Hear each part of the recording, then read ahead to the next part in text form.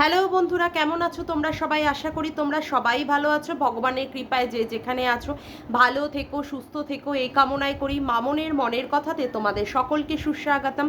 আমিও খুব ভালো আছি। আবার আরেকটি নতুন কন্ট্রোভার্সিয়াল ভিডিও নিয়ে তোমাদের সামনে চলে এসেছি। বলছি, অনেক দেরি হয়ে গেল না? এত দিন পরে তোর মনে পড়লো যে গামলার 9 মাস কেটে গেল, তারপরে গামলার মাতৃত্বের কথা মনে পড়লো। আর তোর এই কথাটা বহুত দেরি হয়ে গেল বলতে, না?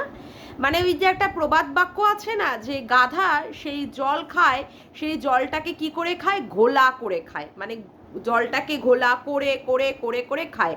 তা দালাল, তোর অবস্থাও হচ্ছে তাই। তুই সেই সত্যিটা স্বীকার করলি। কখন স্বীকার করলি? যখন কি না তোর এগেনস্টে গামলাকে বলতে হচ্ছে, বা তোর যে সমস্ত সহ ক্রিয়েটাররা যারা তোর কমিউনিটিতে ধুলতো বা মিট আপে গিয়েছিল তাদেরকে বলতে হয়েছে যে তুই গার্জিয়ানশিপ ফলাস, তখন তোকে পাবলিকলি ইউটিউবের মাধ্যমে প্রকাশ করতে হচ্ছে যে গামলার 9 মাস সময় লেগে গেল বাচ্চাটার কথা মনে করার ক্ষেত্রে, অর্থাৎ তার মাতৃত্ব জেগে উঠলো। তুই ভালোই জানিস যে গামলার কোনোদিনই বাচ্চাটাকে নেওয়ার প্রতি কোনো ইচ্ছাই ছিল না। ইচ্ছা বা উৎসাহ তার কোনোটাই ছিল না। কখন তার হলো? যখন কিনা সন্দীপ গামলাকে ওই স্ট্রাইক দিয়েছিল, সেই স্ট্রাইকের জ্বালায় সন্দীপকে জব্দ করবে বলে তখন তার বাচ্চার কথাটা মনে পড়লো। এতদিন ধরে যে তুই বলে যাচ্ছিলিস, তুইও পরিষ্কার ভালোই জানতিস যে গামলা কি কি অন্যায় করছে আর না করছে, কিন্তু যেহেতু তুই গামলাকে নিয়ে ভিডিও করছিলিস এবং গামলার সাপোর্টে কথা বলছিলিস, গামলা যেহেতু তোকে দালাল হিসাবে হায়ার করেছে, এবার তুই বলবি কি করে আমাকে দালাল হিসাবে হায়ার করলো? তোর ওখানে এসে গামলা কি করেছে, মানে কমেন্ট করেছে, তুই সেই কমেন্টটাকে পিন করে দিয়েছিলিস। তার ফলেই বোঝা গেছে যে গামলা তোকে হায়ার করেছে, এবং তখন থেকে তুই কি করলি? শুরু করলি গামলার হয়ে ভিডিও করা। কিন্তু তুইও পরিষ্কারভাবে জানতিস যে গামলা কিন্তু অন্যায় করছে, তুই কিন্তু না জানা ছিলিস না। যেমন এখন তুই বলছিস যে তোর চ্যানেল, তুই অনেক কিছুই বলে দিতে পারিস। হ্যাঁ, আমরা জানি তো তুই বলবি। আমরা এই দিনটার আশাতেই ছিলাম যে কবে তুই এই সমস্ত কথাগুলো সত্যি কথা বলবি, যেমন এখন আস্তে আস্তে বলছিস। এবং এই আস্তে আস্তে বলার পিছনেও কি আছে? আস্তে আস্তে বলার পিছনে সেবক দাদার এন্ট্রি আছে। এবং সেবক দাদার কি এখানে পপুলারিটি, ফেমাস, তার চ্যানেল গ্রো করা, তার সাবস বাড়া, এইগুলোতেই তোর গাত্রদাহতেই তুই এখন কি করছিস? তুই আস্তে আস্তে আস্তে আস্তে করে বলতে বসেছিস। বলছি, তোর তো নাকি অনেক বুদ্ধি, তোর অনেক বুদ্ধি। সেই বুদ্ধির দৌড়ে নাকি তুই বলিস যে তুই নাকি ওকালতি পড়বি। অবশ্যই তুই পড়তে পারিস, কারণ যে কন্ট্রোভার্সি করে, যার লজিক ঠিক থাকে, সে অবশ্যই পড়তে পারে, আমার তাতে করে কোনো কিছু নেই। কিন্তু এই বুদ্ধি নিয়ে তুই কন্ট্রোভার্সি করেও তারপরে এই বুদ্ধি নিয়ে তুই কি করবি? ওকালতি পড়বি। মানে আমার যথেষ্ট একটা সন্দেহ আছে যে সত্যিই তুই এই বুদ্ধি নিয়ে ওকালতিটা পড়ে ঠিকঠাক উকিল হতে পারবি তো? যাই হোক, এইবার সেই সম্পর্কে আমার বলার বিষয়, তুই অতীতে কি করেছিস? অতীতে মন্দিরার হয়ে সাপোর্টে কথা বলেছিস, এবং মন্দিরা তোকে যে সমস্ত কথাগুলো বলে বলে দিত, তুই সেই সমস্ত কথাগুলোকে ভিডিওর মধ্যে বলতিস। কিন্তু তুইও জানতিস যে মন্দিরা কিন্তু অন্যায় করছে এবং মন্দিরা নোংরামি পানা করছে। সন্দীপ কিন্তু ওকে কোনো রকমের ফিজিক্যালি ওকে টর্চার করে না। সন্দীপ ওকে, মানে সরি, সন্দীপ কি বলছে, আমার মার্জনা করো তোমরা, সোমনাথ কিন্তু মন্দিরাকে কখনোই ফিজিক্যালি টর্চার করেনি। সোমনাথ কিন্তু প্রচণ্ড পরিমাণে মন্দিরাকে ভালোবাসে, এবং এই ভালোবাসাটাকেই কি করেছে মন্দিরা এই ভালোবাসাটাকেই একটা টেকেন ফর গ্রান্টেড করে নিয়ে সে এই ভালোবাসার জন্য সে কি করেছে, যে ও তো আমার কাছে থাকবেই করে করে সে মানে পুরুষে আসক্ত হয়েছে। যাই হোক, তার থেকে 10 বছরের পুরুষে। কিন্তু তুই কিন্তু এগুলো জানতিস, এবং তুই এটাও ভালো মতো জানতিস যে সোমনাথ কিন্তু সৎ চরিত্রের ছেলে, সোমনাথের মধ্যে কিন্তু কোনো কিছু নেই। কিন্তু যেহেতু তুই মন্দিরার দালালি করছিলিস, তার জন্যই কি করেছিস? তুই মন্দিরার বলা কথাগুলোকে তুই পাবলিকলি বলেছিস। শুধু ওইটুকুই বলিসনি, ওইটুকু বলেই ক্ষান্ত হসনি যে মন্দিরা যতটুকু তোকে ইনফরমেশন দিয়েছে তার থেকেও তুই বাড়িয়ে বাড়িয়ে রং চড়িয়ে চড়িয়ে কথাগুলো বলেছিস। তাহলে এবার আমি আসি, তাহলে কি তুই জানতিস না যে মন্দিরা এগুলো অসভ্যতামি পানা করছে আর নোংরামি পানা করছে? তখন কি তোর নিজের দিকটা রাশ টানা উচিত ছিল না? তুই কোন বুদ্ধির বলে তুই মন্দিরার কাছে গেছিলিস মন্দিরাকে সাপোর্ট করার জন্য, যেখানে তুই জানতিস মন্দিরা 10 বছরের ছোট একটা ছেলের সাথে সম্পর্ক করেছে। সেই জানার পরেও তুই কি করেছিস, তার পরকীয়াটাকে সাপোর্ট করার জন্য তুই ওই রেন্ট ফ্ল্যাটে গিয়ে উঠেছিলিস এবং তুই সেখানে ব্রেকফাস্ট লাঞ্চ সব করেছিস। করার পরেও ওদের মধ্যে যে ফিজিক্যাল হয়েছে তার সাক্ষী হিসাবে থেকে তারপরে তুই বাড়ি ফিরে এসেছিস। তাহলে কত বড় একটা তুই নোংরামি মানে নোংরামি কাজ করেছিস তুই তাহলে নিজে বল। তুই শুধুমাত্র কি করেছিস, মন্দিরার সাথে থাকার জন্য, যে মানে মন্দিরাকে দেখালে, মন্দিরা এমনিতে একটা ভাইরাল ফেস, সেইটা দেখালে কি হবে, তোর চ্যানেলটাও গ্রো হবে এবং তোর সাবও বাড়বে, তোর ভিউজও বাড়বে, এই জন্যই। এবং তুই সেখান থেকে কিছুটা হলেও তুই রেভিনিউ জেনারেট করতে পারবি বলেই তুই সেখানে গেছিলিস। কিন্তু তুই কিন্তু জানতিস মন্দিরা নোংরামি পানা করছি, কারণ তোর থেকে বেশি ভালো কেউ জানতে পারে না, তোর সাথেই ফোনাফুনিটা চলছিল। ভালো কথা। তারপরেও কি হলো, মন্দিরা করেনি, সোমনাথ কিন্তু তোর এগেনস্টে বলার পরে তুই কি করলি, মন্দিরার থেকে তুই দূরত্ব বজায় রাখলি এবং মন্দিরার সম্পর্কে তো তুই কাটা ছেঁড়া, মানে পোস্টমর্টমেও যতটা কাটা ছেঁড়া না হয় তুই ভিডিওর মাধ্যমে ওকে পুরো খান খান করে দিলি কাটা ছেঁড়া করে। তারপরে তুই কি বললি, মন্দিরার প্যান্টির তলায় মুখ গুজেছিলিস তুই, সেখানতে মন্দিরা কি করেছে, তোকে মানে পাত্তা দেয়নি, তোকে তার মিট আপে ডাকিনি, তার বাবার কাজেও ডাকিনি এবং তুই কোনো ব্যাপারেই সেখানে এন্ট্রি নিতে পারিসনি। তারপরে তুই গাত্র দাহতে জ্বালায় জ্বালায় কি করেছিস, মন্দিরার থেকে যেই সমস্ত মানে মন্দিরার থেকে গোপন ইনফরমেশন বা যে সমস্ত ভিডিও কল তুই সুন্দরভাবে রিভিল করে দিয়েছিস। এবার কি করতে চেয়েছিলিস, ক্যাথাকুরানির ক্ষেত্রেও তুই এই জিনিসটা করবি বলেই তুই প্রথম থেকেই ঠিক করে নিয়েছিলিস। কিন্তু ক্যাথাকুরানি পূর্বে ঘটে যাওয়া ঘটনা থেকে ও কিন্তু প্রচণ্ড বড় শিক্ষা নিয়ে নিয়েছে।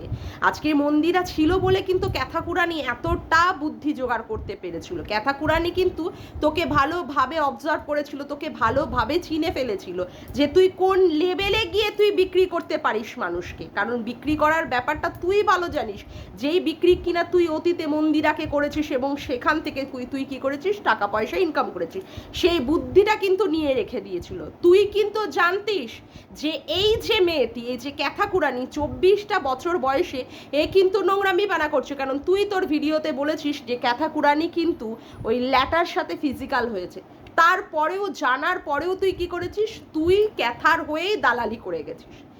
আজকে তুই কি বলছিস, আজকে তুই বলছিস যে ক্যাথা কি করেছে, 9 মাস পরে তার মাতৃত্ব জেগে উঠেছে, যেটা কিনা তুই বারংবার ওর মধ্যে ইনজেক্ট করার চেষ্টা করেছিলিস, কিন্তু ক্যাথার কিন্তু কোনো রকমে তাতে হেরফের হয়নি।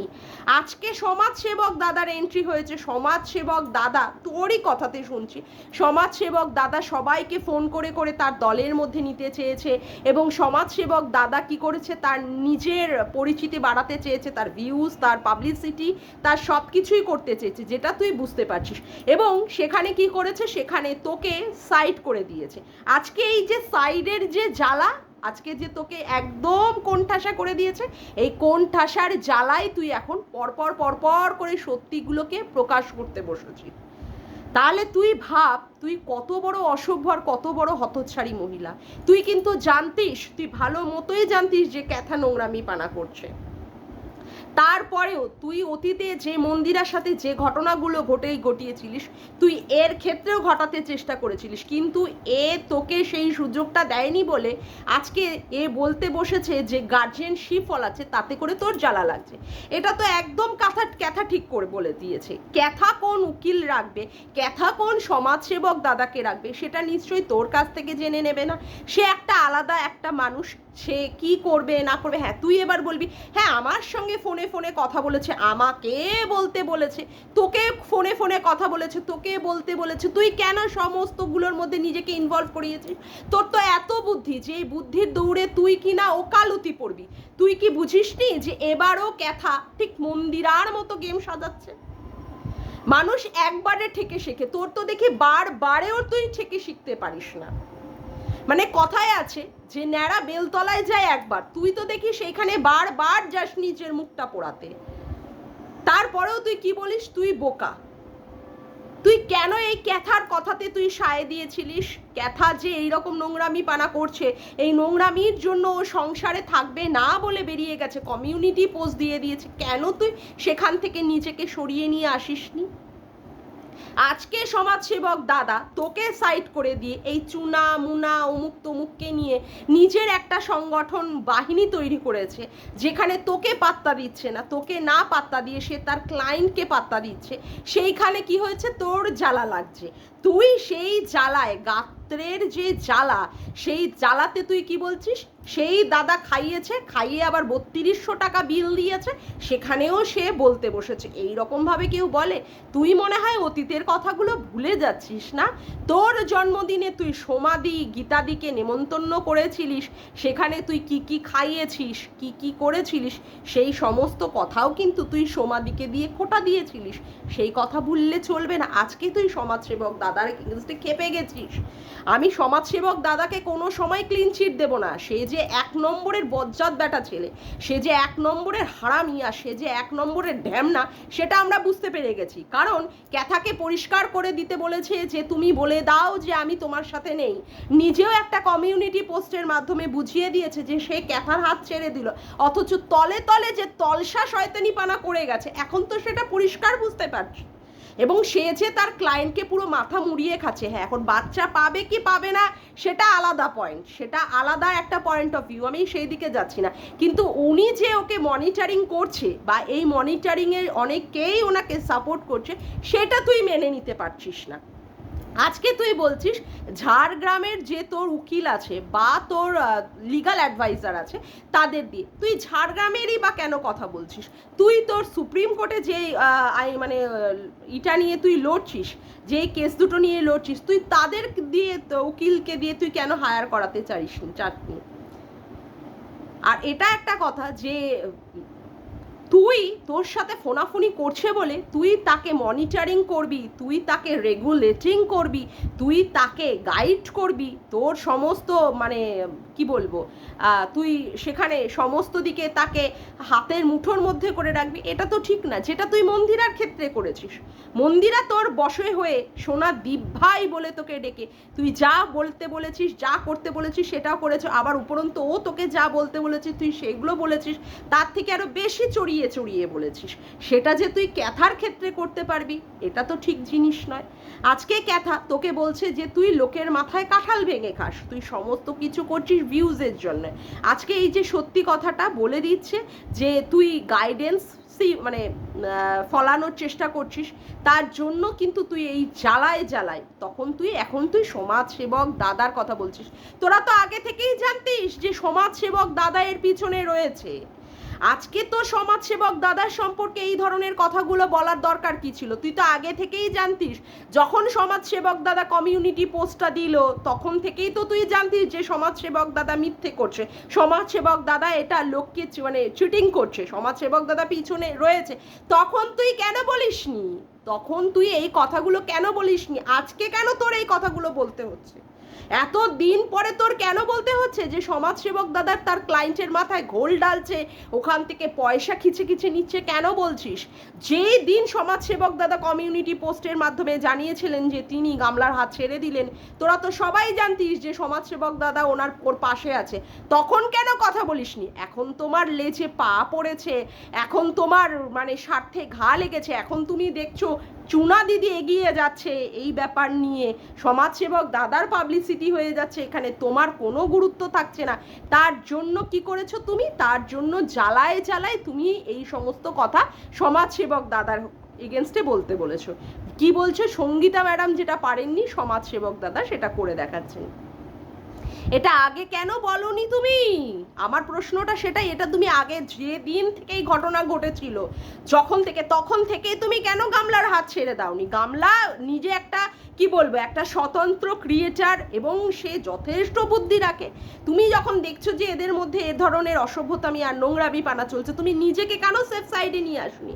তুমি এখন দেখাচ্ছ, তুমি এখন খুব পরিষ্কার, তুমি সত্যের হয়ে জান্ডা লাগাচ্ছ, তুমি যেদিকে সত্য দেখবে সেই দিকেই বলবে। তুমি সেদিন কেন বলনি? সেদিন মুখটা খোলনি কেন সমাজসেবক দাদার নামে? আর কথা হচ্ছে এই ক্যাথাকুরানির নামে কেন তুমি বলনি? তোমাকে কেউ বিশ্বাস করবে না, তোমাকে কেউ বিশ্বাস করবে না, কারণ তুমি বিশ্বাসযোগ্যতার জায়গাতেই তুমি আঘাত এনেছো। আজকে তুমি চালাকি করে সমাজসেবক দাদার, হ্যাঁ সমাজসেবক দাদাটা নচ্ছার পুরুষ, সে যে মেগেল সে পরিষ্কার বোঝা গেছে, কিন্তু তুমি সেই দিন কেন বলনি? আমার প্রশ্নটা সেটাই। আজকে তুমি নিজেকে সত্যবাদী দেখাচ্ছ, আজকে তুমি সত্যের ঝান্ডা নাড়াচ্ছ। আর দুদিন আগেই না তুই মানে সন্দীপের মৃত্যু কামনা করেছিলিস, বলেছিলিস এরকম স্বামী থাকার থেকে বিধবা থাকা ভালো বা ডিভোর্স থাকা ভালো। এখন কেন তুই বলছিস যে গামলাকে যে তুই ওই বাড়িতে বাচ্চার জন্য ফিরে যা? কেন? মুখ দিয়ে কথা বলিস না পিছন দিয়ে কথা বলিস? কোনটা দিয়ে কথা বলিস? এক মুখে তো কথা বলতে পারিস না। যেই পুরুষটার মৃত্যু কামনা করছিস সেই পুরুষটার সাথে আবার গামলাকে সংসার করাতে চাইছিস, আবার সেই পুরুষটাকে দিয়ে, এবং মানে সুস্বাগতম করে তাকে মেনে নেবে শিলা দেবী আর মানে সন্দীপ গামলাকে। কি ভাবনা চিন্তা রে তোর!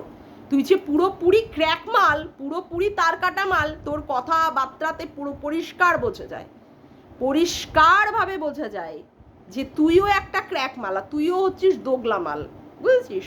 এই যে গামলার হয়ে এতদিন ধরে তুই মানে পজিটিভ কথা বলেছিস, আবার ঠিক নেগেটিভ কথাতে চলে এসেছিস, আবার গামলাকে ওইখানে ঢোকাতে চেষ্টা করছিস।